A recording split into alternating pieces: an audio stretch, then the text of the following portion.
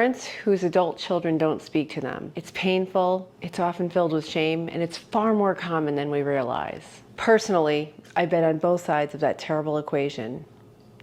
If you'd like to hear my story, comment below and I'll make a video. Just recently, I teamed up with a licensed clinical social worker named Gottlieb to put together a support group for the parents whose adult children aren't speaking to them. Please stay tuned for clips from an interview Art did on the Lisa Wexler Show on WICC. It's a fascinating discussion, and the entire podcast is available in the link below. Arthur Gottlieb is a psychotherapist and counselor in private practice.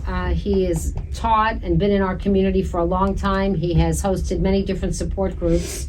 And what caught my eye is that he started one this summer in Milford for adults who are suffering from the pain of their estranged adult children. What is helpful about being in a support group? The magic of a group, what makes a group work, you have people around you who understand uniquely what this has been like for you. In the shame and the stigma of this, having your kids not speaking to you, a person winds up feeling as though they are uniquely defective. And what you find out in a group is that other people around you that seem smart, they seem professional, they seem completely together, that the same thing happened to them. So the term we use on that is called normalization. So this can happen to people no matter what your status, what your station in life is, no matter what your education, you are not uniquely defective or made some grotesque mistake to have this happen. Do you counsel the women, Arthur, to apologize to their children? I don't use a formula. You see, the tricky part with that, with apologizing. Let's say, for instance, somebody comes in and they present to me, I have to learn how to live with the fact that my son doesn't talk to me, right? Okay. So the thing is that I have to maximize with this person the ability to reconcile that situation if it's possible, and at the same time to empower the person sitting in front of me. Okay, and I am not going to tell somebody to grovel to somebody who has done them wrong. You see, if I've got I'm a battered women's counselor, and in the case we're talking about mothers in this case, what I don't want to do is add to the insult and the injury of my client. My first responsibility is to my client. Okay. They have come to me, and they need to gain some shred of confidence. They need to gain some shred of getting their life back or starting their life perhaps for the first time.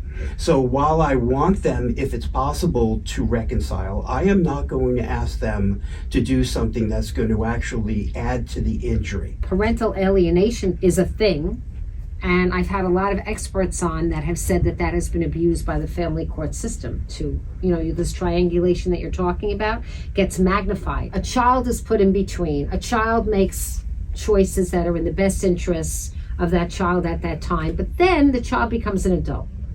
And one would hope that at 18, 20, 21, 24, they get some perspective. Maybe that child can see that the mother lost, in quotes, because she had fewer resources. Are most children growing up and seeing the divorce from a different perspective, or are they stuck? The big hinge point for a child that is a young adult to somebody who might be making that recalculation that you're talking about is that when they get into a serious relationship themselves. And now, let's say, for instance, it's a young man, and he enters into a mature relationship himself, and he sees it's not so easy, and he sees a different perspective via the fact that he's with somebody now who could be potentially his wife. And it depends on who that woman is. She will either facilitate the separation from the parent, or she will cause that person, to the son, to actually take a second look at it and say, maybe this isn't fair from a woman's perspective. It really is an independent thing. The fascinating thing for me as a counselor is that every single person, every system, and I deal in systems, is its own unique universe. Every single one. Like me as a judge, every case. Right. Every case or controversy is different. I have to break it down, Yep. and you look at the elements, and that's when my analysis begins. And then some people have more options than other. Do you ever independently step back and say, notwithstanding all you're talking about empowerment and feelings, that there would be an independent reason to try and say, yeah, I might have made some mistakes here? Well, of course, if there are mistakes that you can recount. In other words, yeah, sure. If you had an argument and you said some things, then of course I want to, so apologize for that. Like you mentioned before, I am very much where the tire hits the road. Yeah. I'm a very pragmatic counselor. Okay. And I don't believe in just rote formulas or anything else like that. Every single situation is unique. And I am only going to have my client do something or recommend that they do something that is going to be beneficial to them or that's going to work. We're talking about adults who are estranged from their children. Are you one of those adults? Do you know somebody like that? It's very painful. We'll be right back. Like those with the most resources. Win? Win, yes. So, Arthur, a lot of pain from these adults. And what we started out saying is that very often they're a result of divorce. If they're not a result of divorce, what are some other situations that would give rise to a child not speaking to a parent? This is a gentleman, actually. And his wife was tragically killed in an accident. And then he had the nerve to fall in love and marry somebody else, some 16 years later, by the way. And then his adult children, his two oldest daughters, called him and said, well, what are you doing with the will? And he says, well, I think I'm going to make my new wife the primary beneficiary of the will. And they felt that that was a betrayal. So the man is estranged from his two oldest daughters for 20 years, and they're making sure it's as painful as possible because he tries to do everything he can by sending letters, etc., to the point where they say, don't send me any more letters. I don't want your grandchildren even knowing who you are. And so that is deliberate malice. They want to hurt him as badly as possible. And the sad part is everybody seems to have enough money in the system, so it's not, and ironically, the woman that this fellow married she's, despite the fact that the kids seem to think she's a gold digger, she's wealthy on her own. My thing is empowering people, no matter what age you're at. You see, and it's always clunky. It seems like a lot of adult kids, or even kids who become adult kids, have this notion that their parents are there to be their parents in the way that they envision them forever. And when the parent has the nerve to go and empower themselves to be who they are, the children find that unacceptable. Like, you're not allowed to do that.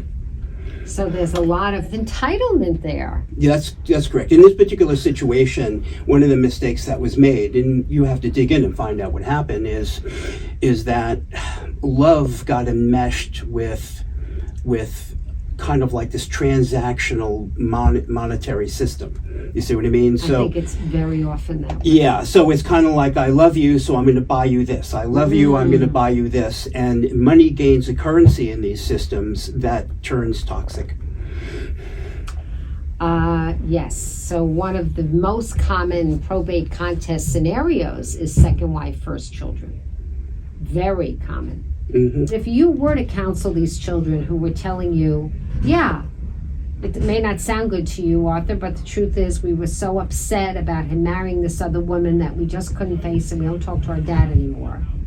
What would be your advice to them? They get into a groove where things make sense to them and they feel justified about being the way that they are. So despite the fact that people actually say that they want to reconcile, or there seems to be a possibility, it's really just political theater because they don't.